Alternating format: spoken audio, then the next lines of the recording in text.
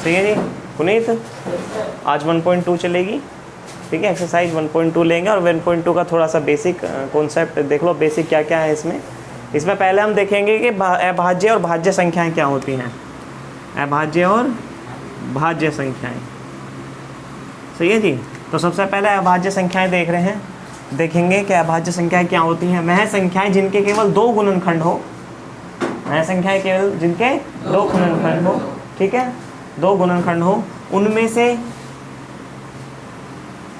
उनमें एक गुणनखंड, उनमें से एक गुणनखंड 1 हो, क्या हो, 1 हो, तथा दूसरा गुणनखंड संख्या स्वयं हो, संख्या स्वयं हो। आप समझ गए इसकी कहने का मतलब, समझ गए। स्वयं होनी चाहिए, 2 गुणनखंड होने चाहिए, एक तो एक होना चाहिए, दूसरी क्या होनी संख्या खुद होनी चाहिए, खुद होनी चाहिए। जैसे कि फॉर एग्जांपल मैंने लिख दो 2, गुणनखंड करो इसके, 2 एकम 1, तो इसका गुणनखंड हो गया 1 और दूसरा गुणनखंड खुद संख्या हो गई 2। पता चला अभाज्य संख्याएं क्या होती हैं। क्लियर है कैसे हो, ठीक है बेटा। अब बात करने लगूं ऐसी, बताओ और क्या ले सकते हो। सगुण 3 एकम 3, एक गुणनखंड क्या हो गया 1, दूसरा गुणनखंड क्या हो गया 3 हो गया। अच्छा जी, वेट थोड़ा सा। 4 एकम 1 4 हो गया, 1 हो गया, पर 2 दूनी 4, तो यहाँ 2 और 2 भी आ गए, तो 4 इसका मतलब अभाज्य संख्या नहीं है, 4 अभाज्य संख्या नहीं है। सही है जी, कोई आपत्ति किसी को, ठीक है जी। अच्छा जी, हाँ, इसे आप ऐसे भी एक्सप्लेन कर सकते हो, वह संख्याएं जो स्वयं से कट सकती हो, वह संख्याएं जो स्वयं से कट सकती हो क्या कहलाती हैं, अभाज्य संख्याएं कहलाते हैं। तो आप इसको ऐसे भी वो एक्सप्लेन कर सकते हो, वह संख्याएं जो स्वयं से कट सकती हूँ, वह संख्याएं जो स्वयं से कट सकती हूँ क्या कहलाती हैं, अभाज्य संख्याएं कहलाती हैं।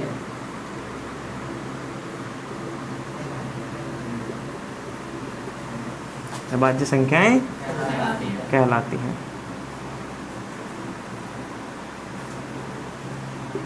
अभाज्य संख्याएं कहलाती हैं, ठीक है जी। दूसरा एक तरीका और है इसका, एक तरीका और है, आप एक तरह से इसकी भाषा और दे सकते हो। वह संख्या जो 1 से विभाजित तथा स्वयं से विभाजित हो सकती हो। यहाँ क्या लिखा आपने, वह संख्या जो केवल स्वयं से कट सकती हो, ठीक है जी, वो क्या कहलाती है, अभाज्य संख्या कहलाती है। आप इसमें ये भी ला सकते हो कि वह संख्या जो स्वयं से तथा 1 से या 1 से तथा स्वयं से विभाजित हो सकती है, क्या कहलाती है, अभाज्य संख्या कहलाती है। तो आप इसे ऐसे भी लिख सकते हो मॉडर्न फॉर्म में, क्या कि वह संख्याएं जो 1 तथा स्वयं से, जो 1 तथा स्वयं, ठीक है जी, स्वयं से, ठीक है, वह संख्या जो 1 तथा स्वयं से कट सकती हो क्या कहलाती हैं, अभाज्य संख्याएं कहलाती हैं। इसे और अच्छे से लिख सकते हैं हम,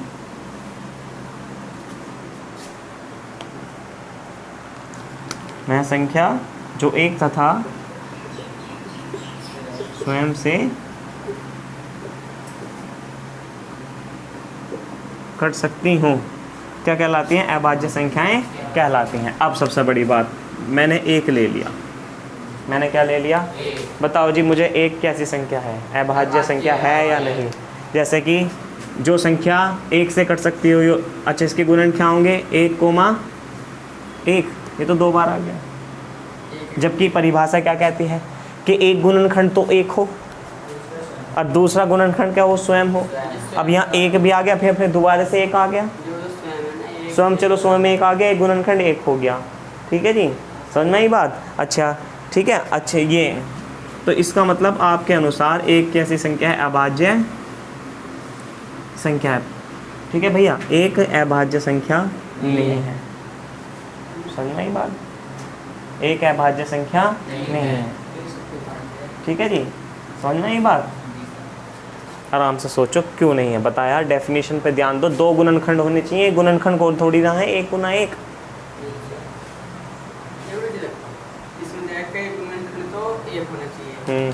एक आ रहा इसमें, एक संख्या स्वयं होनी चाहिए। क्योंकि एक पे तो गुणनखंड कर ले तो एक तो स्वयं आ रहा है जिसमें। एक स्वयं तो आ रहा भैया, एक यहाँ पर आ गया आपका, आपने कह दी एक गुणनखंड है, एक संख्या स्वयं आनी चाहिए। ठीक है, 2 ये 1 गुना 1, ये क्या इस फॉर्म में आ रहा? 2 गुना 1 3 गुना 1। दो बार एक है। हाँ, अब भी तो बोला। समझ में आई जी बात? ये संख्या तो बढ़ जानी चाहिए। हाँ, रिपीट नहीं होनी चाहिए। अभी लिखा था यहाँ पे 4, 2 गुना 2, 2 गुना 2। समझ में आई जी बात? संख्या रिपीट भी नहीं होनी चाहिए। पता चला आपको? ठीक है जी, इस चीज़ का ध्यान रखना। ठीक है जी, 4 एकम 4, पर अब वो उसके एक गुणनखंड और हो सकते हैं। उसने कहा 2 गुणनखंड होने चाहिए। अब आपने ले लिया था 4, मैंने आपके कहने अनुसार फिर से 4 ले लिया। 4 को लिख सकते हो 4 गुना 1 मान लिया। मान लिया 4 गुना 1 अभाज्य संख्याएं, एक वो खुद हो गया, दूसरा 1 हो गया। पर अगर मैं इसको ऐसे लिखने को 2 गुना 2, फिर संख्या रिपीट हो गई। ठीक है जी, तो रिपीट भी रेसिप्रोकल नहीं चलेगा। रिपीटेड नहीं होनी चाहिए संख्या, रिपीट नहीं होनी चाहिए। नो एकम, इस कंडीशन में खुद से कट रहा है, एक से भी कट रहा है, पर 3 तिया रिपीटेशन आ गया। समझ में आएगी बात? चलो रिपीटेशन, चलो मान लिया इसमें रिपीटेशन आ रहा। इसमें देखो जी 6 एकम, दूसरा 2 तिया 6, या 3 दूनी है जी। तो ये भी नहीं है। क्यों? कि एक गुणनखंड तो यो आ गया और दूसरा क्या आ गया यो, और केवल क्या होने चाहिए? 2 गुणनखंड होने चाहिए। एक तो वो स्वयं, 2 होने चाहिए, एक तो वो स्वयं और दूसरा क्या होना चाहिए? एक गुणनखंड जो होंगे उसमें 2 ही संख्या होनी चाहिए उसमें। हाँ जी, एक तो वो खुद और दूसरा क्या हो गया? एक। और यहाँ कितनी आ गई? 3 दूनी 6। तो आपको पता चला अभाज्य संख्याएं क्या है? वह संख्याएं जिनके केवल 2 गुणनखंड हो, उनमें से एक गुणनखंड एक हो और दूसरा गुणनखंड वह संख्या स्वयं हो, तो क्या कहलाती है? अभाज्य संख्याएं कहलाती है। या दूसरे शब्दों में वह संख्याएं जो एक तथा स्वयं से कट सकती हों, क्या कहलाती है? अभाज्य संख्याएं कहलाती हैं। ठीक है जी, इसको कॉपी करो फटाफट। इसके उदाहरण लिखो अभाज्य संख्याओं के। क्या क्या क्या होंगे उदाहरण?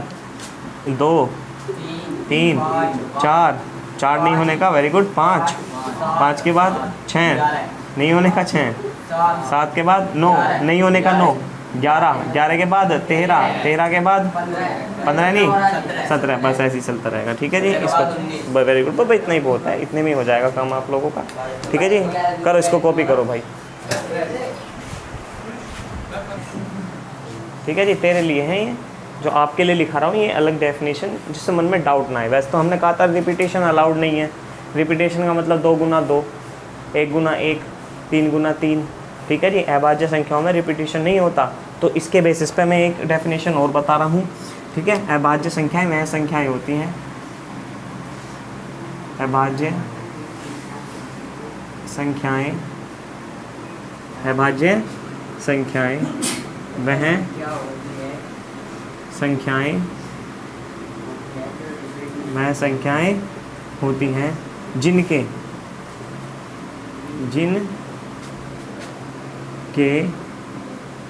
गुणनखंड भिन्न भिन्न हो। क्या हो? भिन्न भिन्न हो। जिनके गुणनखंड भिन्न भिन्न या अलग अलग भी लिख सकते हैं, डिस्टिंक्ट। जिनके गुणनखंड भिन्न भिन्न हो तथा एक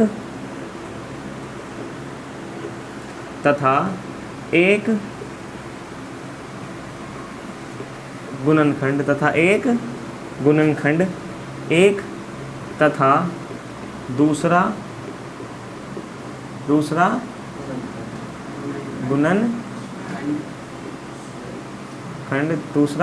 गुणनखंड संख्या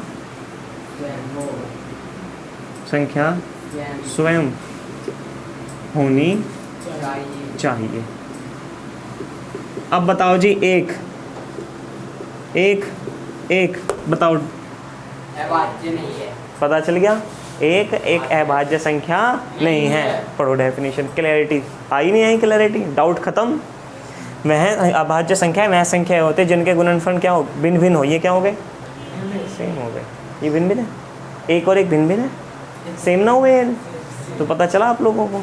तो वह संख्या है जिनके गुणनखंड क्या हो, भिन्न भिन्न हो, ठीक है जी। और एक गुणनखंड, एक और दूसरी संख्या गुणनखंड खुद हो, दूसरी संख्या क्या हो, दूसरा गुणनखंड संख्या स्वयं हो, तो वो क्या कहलाते हैं, अभाज्य संख्या कहलाती है। चलो मान लिया, आपकी बात मैंने बड़ी करी कि बड़ा के सर जी एक गुणनखंड एक हो गया, दूसरी संख्या खुद होगी, पर क्या क्या होने चाहिए, भिन्न भिन्न होने चाहिए गुणनखंड। क्या होने चाहिए, भिन्न भिन्न। वह संख्या क्या कहलाती है, अभाज्य संख्या कहलाती है। वो तब तो तुम 9 उठा लो,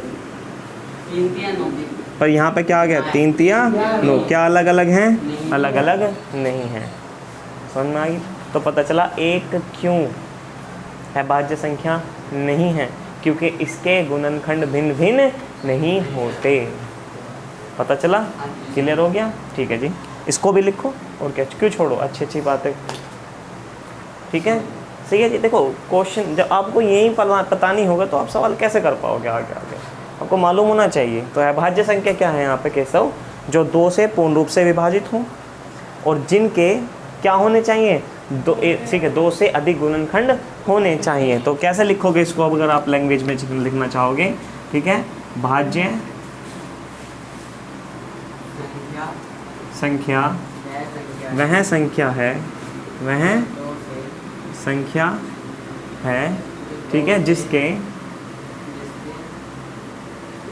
जिसके 2 से अधिक, 2 से अधिक गुणनखंड हो,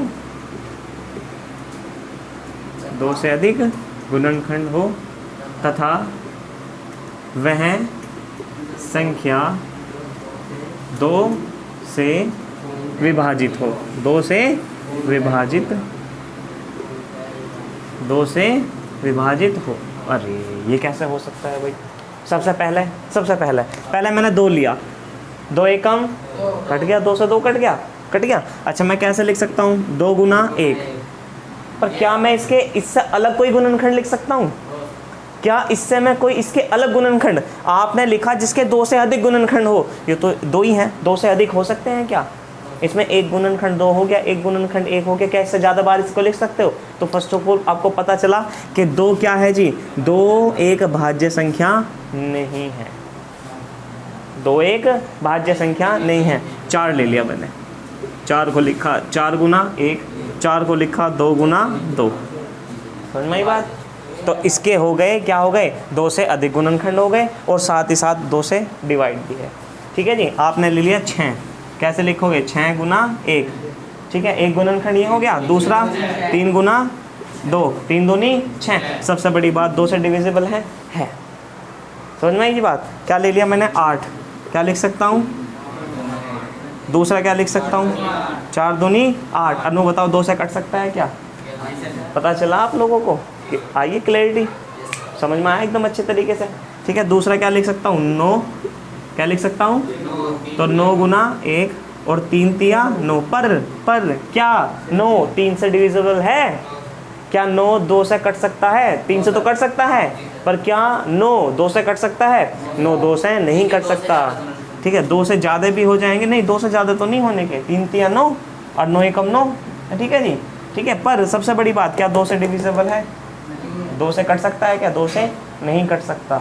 अब इससे आगे क्या आया, फिर हमने ले लिया 10, क्या ले लिया, 10 को लिख सकता हूँ 10 गुना 1, और क्या लिख सकता हूँ 5 गुना 2, और क्या 2 से डिविजिबल है, पता चला जी, क्लियर हो गया। भाज्य संख्याएं क्या होती हैं, तो क्या होती है भाज्य संख्याएं, 4 6 8 10 12, हाँ 14 के बाद 16, बहुत इतना ही, ठीक है जी। 9 मैंने बताया था, आप समझ नहीं रहे हो, मैंने अभी बताया 9 को लिखा आपने 9 गुना 1, 3 गुना 3 लिख लिया, पर क्या 2 से कट सकता है 9,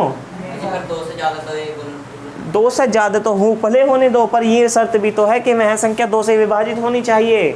2 से विभाजित 4 दूनी 8, 2 से विभाजित 3 दूनी 6, 2 दूनी 4, 5 दूनी 10, 14 ले लो 2 से कट जाएगा, 16 ले लो 2 से कट जाएगा, 20 ले लो 2 से कट जाएगा, 22 ले लो 2 से कट जाएगा। 2 से डिविजिबल भी होना जरूरी है।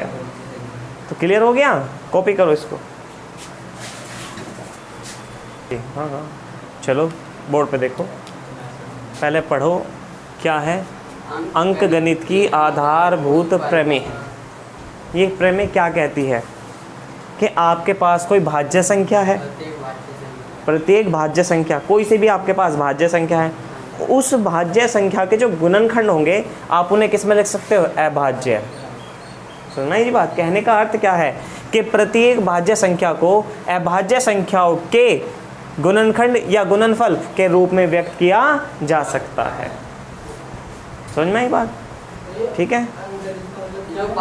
अंक गणित तो आप पढ़ रहे हो, अलजेब्रा, अंक गणित, बीज गणित होता है, अंक गणित होता है, बीज गणित होता है, ऐसे ही। ठीक है, दो में। हाँ जी, जो भाज्य संख्या का गुणनखंड हो गए, हाँ जी, वे अभाज्य मान। हाँ जी, वो उसके कहने का अर्थ ये है कि आपके पास कोई सी भी भाज्य संख्या है वो देगा अपने पास है। अब वो कह रहा कि प्रत्येक भाज्य संख्या को अभाज्य संख्याओं के गुणनखंडों के रूप में व्यक्त किया जा सकता है। यहाँ तक तो कोई प्रॉब्लम नहीं है। इससे आगे चलते हैं, क्या कहा, तथा यह गुणनखंड, यह जो गुणनखंड आए अभाज्य, तथा यह गुणनखंडों के आने वाले क्रम, आने वाले क्रम का मतलब जैसे सपोज करो मैंने कर दिया, मैं किसी भी संख्या को ले रहा हूँ, कोई भी संख्या लेकर चलो, जैसे मैंने ले लिया 350, क्या ले लिया 350, यहाँ 350 लिया मैंने, 2 से काटो कितना होगा 350, 350 का आधा बताओ जल्दी से, 1 7 5। अब किससे कट सकता है, 5 से, 5 से कटेगा, 5 तिया 5 सत्ते या 5 पंजे 25, फिर किससे कट जाएगा 5 से, फिर 5 सत्ते 35, फिर 7 एकम 7, ये ले लिया आपने। ठीक है जी। अब क्रम से मतलब क्या है, क्रम से मतलब क्या है, वो उसने कहा है कहता था यह गुणनखंड अभाज्य गुणनखंडों के आने वाले क्रम के बिना भी अद्वितीय होगा। मतलब अद्वितीय का मतलब कि इनका क्रम भी आप बदल लो, इनका क्रम भी आप बदल लो। क्रम का मतलब पहले क्या लिख लिया 2, फिर क्या लिख लिया 5, फिर क्या लिख लिया 7। मेरा तो मन नहीं कर रहा है ऐसे लिखने का, मैं तो पहले क्या लिखूंगा 7 लिखूंगा, और 7 के बाद क्या लिखूंगा 2 लिखूंगा, 2 के बाद क्या लिखूंगा 5 लिखूंगा। मेरा तो मन नहीं कर रहा है ऐसे लिखने का, मेरा तो मन लिखने कर रहा, पहले लिखूंगा 5, फिर क्या लिखूंगा 2, फिर क्या लिखूंगा 7। जैसा मेरा मन करेगा मैं ऐसे लिखूंगा, मैं इनका क्रम बदल दूंगा। उसने कहा कि अभाज्य गुणनखंड के आने वाले क्रम के बिना, अगर उसका क्रम भी नहीं है, उसका क्रम भी नहीं है, तब भी इसका हल कैसा होगा, अद्वितीय होगा, यूनिक होगा। समझ में आई जी बात? आई पकड़ में? नहीं आई बात? नहीं आई हो तो दोबारा बताओ। आपने चलो ले लिया, यहाँ पे ले लिया 310 ले लिया आपने, इसको 310 को काटो, किससे काटा आपने 2 से काटा, क्या आया बताओ जल्दी से, जल्दी बताओ। 1 5 5, ठीक है, किससे काट सकते हो, फिर 5 से, 5 तिया 5 एकम 5, फिर किससे कटेगा क्या 31, किससे नहीं कटने का 31 एकम। अब तुम इसके गुणनखंड जो आए हैं 310 के गुणनखंड बताओ, चलो मुझे यहाँ क्लियर हो जाएगा आप लोगों का। इसके गुणनखंड क्या आए हैं, इसका आया 2 5 और 31। सारी की सारी संख्या कैसी हैं, अभाज्य संख्याएं हैं। सारी की सारी संख्या कैसी हैं, अभाज्य संख्या है। क्लियर है? अब क्या कहा कि उसने कहा इनके क्रम के बिना, इनके क्रम के बिना, सही है जी। उसने कहा जो इनका क्रम है आप इसको मत लो, ये रहा आने वाले क्रम, आने वाले क्रम। क्या कहा, आने वाले क्रम के बिना, आने वाले क्रम के बिना। इसका मतलब है कि आप 5 को पहले लिख सकते हो, 2 को लिख सकते हो, 31 को लिख सकते हो। इसने कहा पहले 31 को लिख सकते हो, 5 को लिख सकते हो, 2 को लिख सकते हो। इसने कहा पहले मैं तो 5 को लिखूंगा, फिर 31 को लिखूंगा, फिर 2 को लिखूंगा। ठीक है जी। तो इसके क्रम का भी इन पर कोई प्रभाव नहीं पड़ता। यही क्या है, आपकी अंकगणित की आधारभूत प्रमेय है जी। पता चला आपको ये क्या है जी? ठीक है, इनका मतलब इनका क्रम मैटर नहीं करता, क्रम आप आगे पीछे कर सकते हो। अगर हम इनके ऊपर से बना हुआ है, हम गुना करेंगे 310 अभाज्य है कैसे, 2 से कट जाएगी आगे समझ में। ठीक है, तो जल्दी करो। ठीक है, ठीक है जी। और इसका देखो भाई, इसमें लास्ट कॉन्सेप्ट रह गया। ठीक है, बाकी तो क्वेश्चन तो इस पे कल होंगे। लास्ट कॉन्सेप्ट क्या है कि आप इसमें 2 चीज़ याद करोगे, एलसीएम व एचसीएफ। एलसीएम व एचसीएफ, ठीक है जी। एचसीएफ का मतलब जानते हो, एलसीएम का मतलब देख करेंगे बात उस पर भी। और ध्यान रखना, दो संख्याओं का गुणनफल, आपके पास दो संख्या है में गुना में है, संख्या जी दो संख्या में गुना में है, तो किसके बराबर होती हैं, एचसीएफ के और गुना में एलसीएम के, ठीक है जी। एचसीएफ गुना एलसीएम, ये फॉर्मूले हैं। अब मैं दो संख्याएं क्या मान सकें, एक संख्या मान ली ए और ऋतिक दूसरी संख्या क्या मान ली बी, ठीक है ऋतिक, और बराबर क्या आ गया एचसीएफ गुना एलसीएम, ये फॉर्मूला है, ठीक है जी। वो दो संख्या देगा आपको, उनकी सहायता से क्या निकालना है, एचसीएफ निकालना या एलसीएम निकालना, जो भी वो कहेगा। जैसे कुछ भी दे सकते हो, रैंडमली आप संख्या उठा लो, कुछ भी दो संख्याएं अगर हों, जैसे मैं ले रहा हूँ, कहेगा 40 तथा 42 का एलसीएम व एचसीएफ क्या होगा, एलसीएम तथा एचसीएफ क्या होगा। तो यहाँ देखो 40 को किससे काटूँ, 2 से क्या आया 20 आया, कितने से काटा, 2 से कितना आया 10, 2 से कितना आया 5, और 5 एकम 5। तो नु बताओ 40 के गुणनखंड क्या है, 40 के